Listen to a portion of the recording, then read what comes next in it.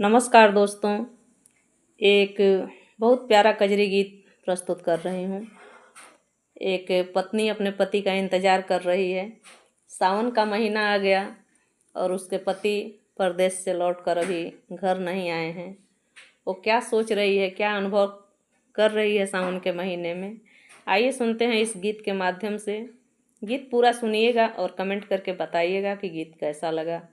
अगर अच्छा लगे तो लाइक कीजिएगा, शेयर कीजिएगा। मेरे चैनल पर नए हैं तो चैनल को सब्सक्राइब कीजिएगा। अपना प्यार दुलार और आशीर्वाद दीजिएगा। आइए सुनते हैं इस प्यारे से गीत को।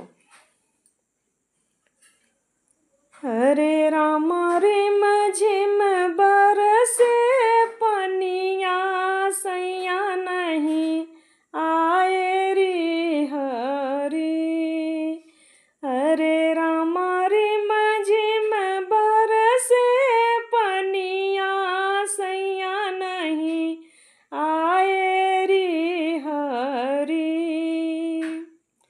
घिर आए गगन घन कारे छाई मदमस्त बहारे रामा।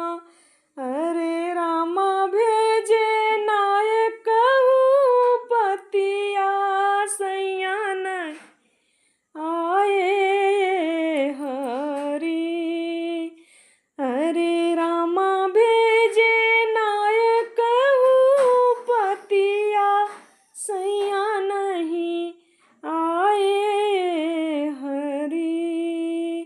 हरे रामा री मझिम बरसे पनिया सैया नहीं आए रे हरी।